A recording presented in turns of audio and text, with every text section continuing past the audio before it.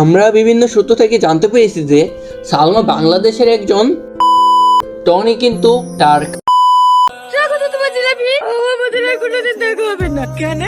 বাবা লেগে ছেলে দেখেছে সামনে সপ্তাহে বিয়ে। তাহলে আমাদের আর দেখা হবে না। না তুমি পারো আমাকে ছেড়ে থাকতে? আমি তোমাকে না দেখতে পারলে একটা দিনও থাকতে পারবো না। তুমি একটা কিছু করো না। কি করবো বলো? আমিও যদি তোমাদের মতো বড় লোক হতাম তাহলে তো আব্বুকে বলে তোমাদের বাড়িতে বিয়ের প্রস্তাব পাঠাতে পারতাম। সে ক্ষমতাটুকু আমার নাই। বুবু বুবু আব্বু তোমাকে ডাকছে। হ্যাঁ আসছি, থাকো। হ্যালো গাইস, কি অবস্থা সবার? কেমন আছেন আপনারা সবাই? আশা করি সবাই অনেক অনেক ভালো আছেন। আপনাদের দোয়া ও ভালোবাসে আমি অনেক ভালো আছি। আজকে জানতে পারবেন পল্লেগাম টিভির জনপ্রিয় একজন অ্যাক্টর, তার নাম হচ্ছে সালমা। আজকের এই ভিডিওতে জানতে পারবেন সালমার জানা অজানা সব ব্যক্তিগত তথ্য। সালমা কোন ক্লাসে লেখাপড়া করছেন, সালমার বাসায় কে কে আছেন, সালমার বাবা মা কী করেন ও সালমার কী খাবার পছন্দ, আজকের ভিডিওতে সব কিছু জানতে পারবেন।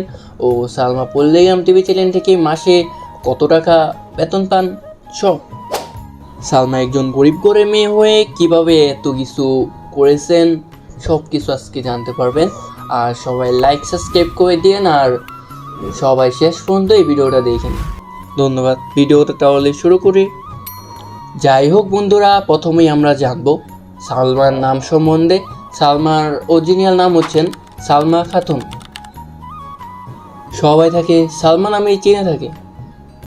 যাই হোক বন্ধুরা, এখন আমরা জেনে নিব সালমার বয়স আর জন্মস্থান সম্পর্কে।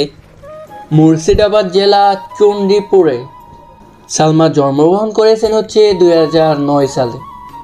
সেই তুলনায় 2025 সালে এসে সালমার বয়স হয়েছেন 15 বছর। যাই হোক বন্ধুরা, এখন আমরা জানবো সালমার ফিজিক্যাল বিষয় নিয়ে। সালমার উচ্চতা 4 ফুট 10 ইঞ্চি, ওজন আনুমানিক 40 কেজি। যাই হোক, তার চুলের রং কালো, চোখের রং কালো, কিন্তু গায়ের রং ফর্সা। এছাড়াও সালমা দেখতে কিন্তু খুবই সুন্দর। আপনারা তাকে ভিডিওতে যেমন দেখেন রিয়েল লাইফে কিন্তু তেমনই। আমারও কিন্তু সালমাকে অনেক ভালো লাগে। আপনাদের কেমন লাগে কমেন্টে জানাবেন। এবারে আমরা জানবো তার পরিবার সম্পর্কে। সালমার পরিবারে রয়েছেন 4 জন সদস্য। তার বাবা মা সহ আরেক ছোট বোন রয়েছে। তার বাবা একজন পেশায় রাজমিস্ত্রি। বিভিন্ন জায়গায় গিয়ে তার বাবা কিন্তু রাজমিস্ত্রির কাজ করে। এখন আমরা জানবো সালমার কেরিয়ার সম্পর্কে। সালমা তার কেরিয়ারে যাত্রাটা শুরু করেছে পল্লেগাম টিভি চ্যানেলে।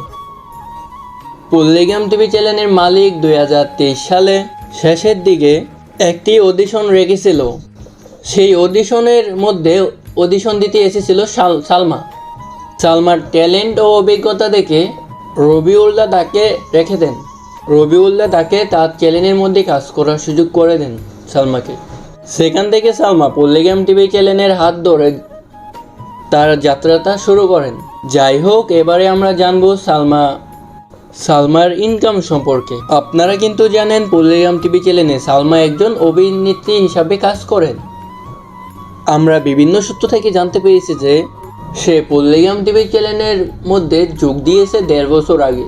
বর্তমান সময়ে কিন্তু সালমা পল্লেগাম টিভি চ্যানেলের নতুন একজন অভিনেত্রী। অন্যান্য অভিনেত্রীদের মধ্য থেকে সালমাকে একটু হলেও কম টাকা পেমেন্ট করা হয়। আমরা অনেক সূত্র থেকে জানতে পেরেছি যে সালমাকে প্রতি মাসে পল্লেগাম টিভি চ্যানেল থেকে 15,000 টাকা দেওয়া হয়। সালমা তার 1.5 বছরের কেরিয়ারের মধ্যে সর্বোচ্চ 5 লক্ষ টাকা আয় করেছেন। তারা যেমন বাচ্চা বয়সে এই কেরিয়ারে লাখ লাখ টাকা আয় করতেছে, সেই বয়সেই কিন্তু বাচ্চারা খেলাধুলা করে পার করে দেয়। যাই হোক বন্ধুরা, এখন আমরা জানবো সালমার প্রেমের বিষয় সম্পর্কে। শোনা যায় বন্ধুরা সালমা নাকি টনিকে পছন্দ করে থাকে। এই বিষয়ে সালমা কিন্তু এখনও ক্লিয়ারভাবে কিছু জানায়নি। বিষয়টা এখানে কিন্তু পুরোটাপুরি গুজবও হতে পারে। কিন্তু বন্ধুরা, এখানে একটা টুইস্ট আছে। আমরা বিভিন্ন সূত্র থেকে জানতে পেরেছি যে সালমা বাংলাদেশের একজন ছেলেকে খুবই পছন্দ করত।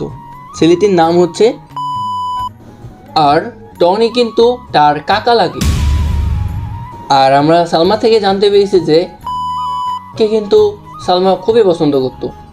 2024 সালে তারা কিন্তু একে অপরকে প্রচুর ভালোবাসতো।